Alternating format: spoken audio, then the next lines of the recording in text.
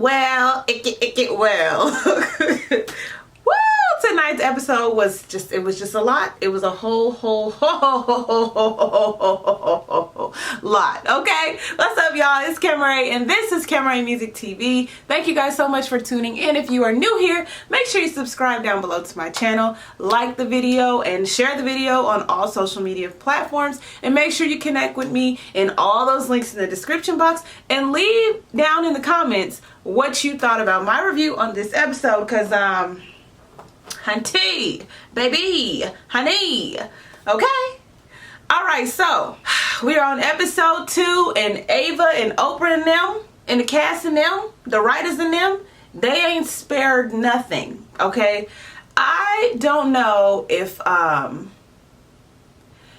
y'all know the severity. Okay, the reason why this is so good is because it's so real. That's what I be saying about Queen Sugar. Nova has written this book exposing her family. Now, I had no clue that she used actual names in actual situations. She did not give any, like, you know, a different aliases. Excuse me. Or none of that. Okay, so it's like, her family could have been upset about her using the stories, and then if she would have used, you know, different aliases, then they could have been out and denied everything, saying, you know, that wasn't me, that wasn't about me. But the fact that she used names, you know, her friend comes over calling her brother the famous Ralph Angel. I can't get behind Nova. You know, I understand that art, like I was saying last week, when art meets like common sense, you know, when you have to make a creative choice versus what might be, you know, a smarter choice. Okay. Like, you know, working for less money because it's your passion, or it drives you. While it may not be smarter as far as stability, it's what fulfills you more, so you don't mind doing it. Right. In this situation though, Charlie said something that sat with me.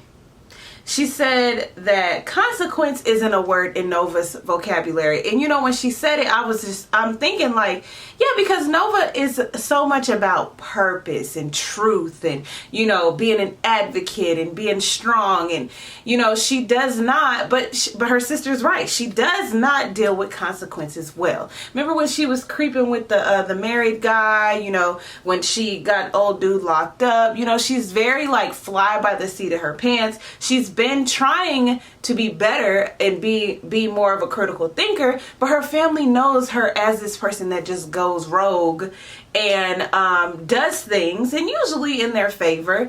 But this time it's like they can't understand, so they're hurt, they're angry, and they're confused why she would put all their stuff out there.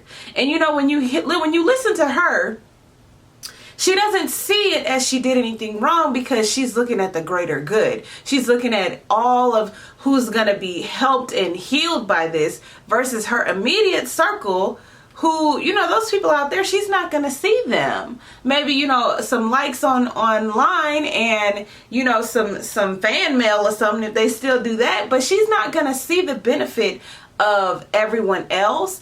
And, you know, maybe they come out and maybe they see Charlie in the store and they say, you know, because of your situation, I was able to be healed. And, you know, that type of stuff really does happen. You know, you make a huge mistake, your family, they don't understand it, and then they start to reap the benefits of it later. But in this case, the consequences are so lethal.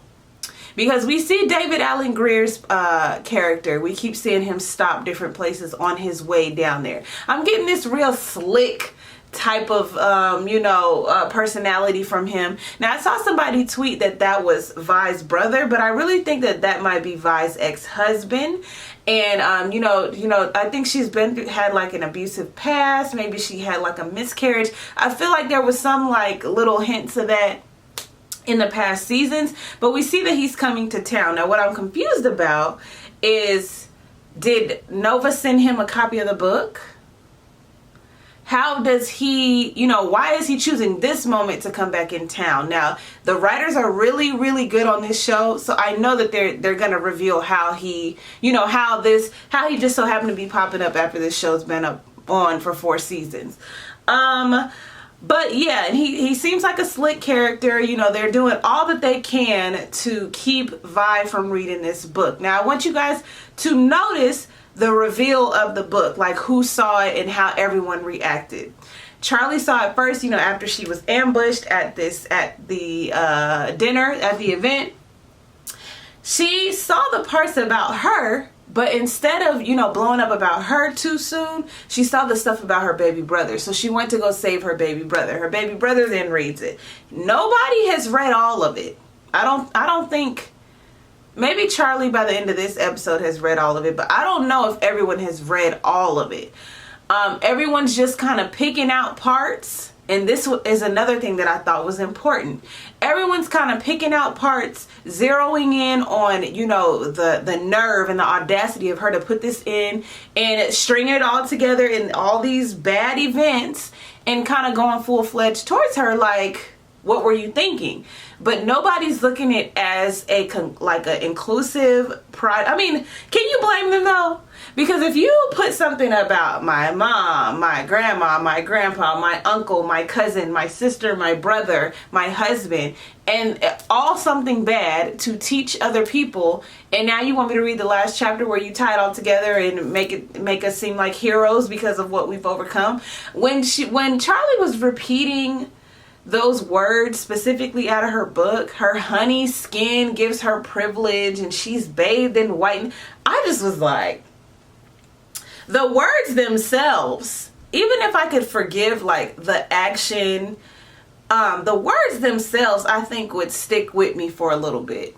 Because, you know, Nova's obviously dark skinned. So do you have a vendetta against her because she has honey skin? Like, you know, it just, the way that Nova went about this, you could have still reached lots of people had you used different names, slightly different situations where people couldn't figure out exactly what was going on. Maybe not loop them all together in one piece. You know, as an artist though, I think this is where I struggle with my artistry is, you know, anytime it gets a little too political or a little too, you know, touchy, I kind of shy away, even if it could mean my art taking off. Because I do care about those around me and I do care about people that I may affect and I do care about consequences. But I think some of the best artists are those who take risk and who don't care about consequences, who put their art out there and shut the world out. Those are kind of the best people out there. So, you know, on one hand, I feel why Nova's doing this because she is defining herself and her story, but I just feel like there's a way. And like I said last week, I don't know if the way would have, I don't know if her family would have been fine with it either way. Even if she would have told them off top, I feel like they would have really tried to stop her from putting it out. Man, I feel so bad for Nova because she don't have nobody on her side. I mean, she has Micah, and we're gonna get on Micah in a minute, but Micah don't know what's going on. And I feel like she dropped the ball there too, because when he came to her, she could have used that moment to explain that book. She could have used that moment to explain the book, and you know, so that before Micah's been revealed to it, because he just got back and you know he got the Killmonger look going on. His mama don't recognize him. She looks very concerned because he is dressed like a thug, okay, like they say, like a thug. Y'all remember he had the flat top and you know he dressed kind of not square, but he wasn't dressing so urban. And now I don't know what happened to Micah in France, but he's got a whole new taste, a whole new look on life. And he is super Malcolm X, okay? He left kind of Martin Luther King, Langston Hughes, and now he's back as Malcolm X. And the thing is, it's just not good. You know, I think that, I don't know where they're going with this part, but I think it's important to see this because a lot of black people are either just like Micah is now or the way Micah was before. And there has to be a balance, okay? Because we do have to exist in this world where it is predominantly white. We do have to protect ourselves. We do have to play these games and move through these things to protect ourselves and our loved ones. And it does suck, but it is what it is. So I know that it's hard for Charlie to explain that to her son because He just feels like this is wrong, so we should do something to stand up for it and make sure that it doesn't happen again. But Charlie knows that in this world, just because something is wrong doesn't mean that you're gonna prove guilt on their behalf. It does not work like that. We've made strides, but we got a long way to go. Y'all, with today being Juneteenth, happy Juneteenth, y'all. I was talking about this, about how we have a long way to go. We've come a long way and we have a long way to go. So Micah, he's a tough guy now. You know, he gets in the fight with the white guys. He goes over to Nova's house. This is where she gives him the first copy of her book signed. But I feel like this is where she should have said, listen, this book is causing a lot of strife in our family right now. You may not understand it. No one seems to understand it, but I want you to know, of all people, this is what it truly meant. This is what I intended to do with this book. People are going to be healed from this. Just accept my apologies for, you know, just something. But she did not do that. My eye. She did not do that. Instead, she gave him the book and sent him on his way. So to me, that's another part where she dropped the ball, because it's like, we are creating opportunities for you right here to clean it up. And instead, you know, instead of apologizing when Ralph Angel came over or apologizing to Charlie, she just is so defensive and standing on what she's doing. She feels like what she's doing, it's right, doesn't care who she's hurting.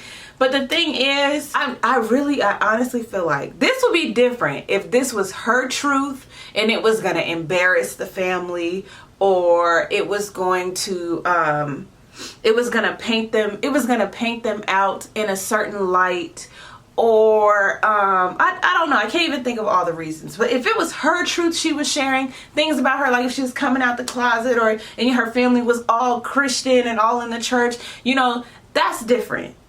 But the fact that she stringed together all of these traumatic stories and traumatic happenings that occurred in her family's life, it's just like, I don't know if I can get behind you on it. I don't know, Nova. I'm trying to understand. I really am, because she even talked about Darla. And, you know, Hollywood's talking about how she talked about how he found Darla in blue when she was like strung out. And Ralph Angel don't even know about that yet. And y'all know Ralph Angel, he is not good with emotions.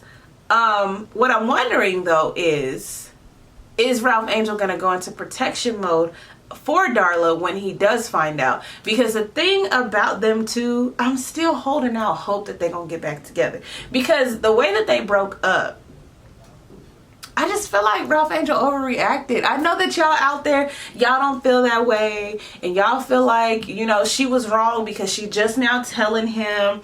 And you know, I feel like I'm jumping back, but I feel like Darla was trying to find the right time, and she couldn't find the right time. She was waiting for things to calm down and get in their swing of things. So then when everything was fine again, she figured she would tell him. You know, she figured they love each other, they would stick it out, but they didn't. So I don't know. I want to see if he's gonna defend her. So let me see what else is going on in these notes. Hollywood, you know, everyone was discussing not telling Aunt Vi, because apparently whatever's in there is detrimental to her finding out. And she finds it because she knows her man, and you know, Hollywood, he can't. The great thing about Hollywood is he can't really lie to her. He sucks at it, and that is just fine. But she finds the book and she reads the book, and it has this Jimmy Caldwell or Jimmy something in there. Or Dale something, Jimmy Dale, I think.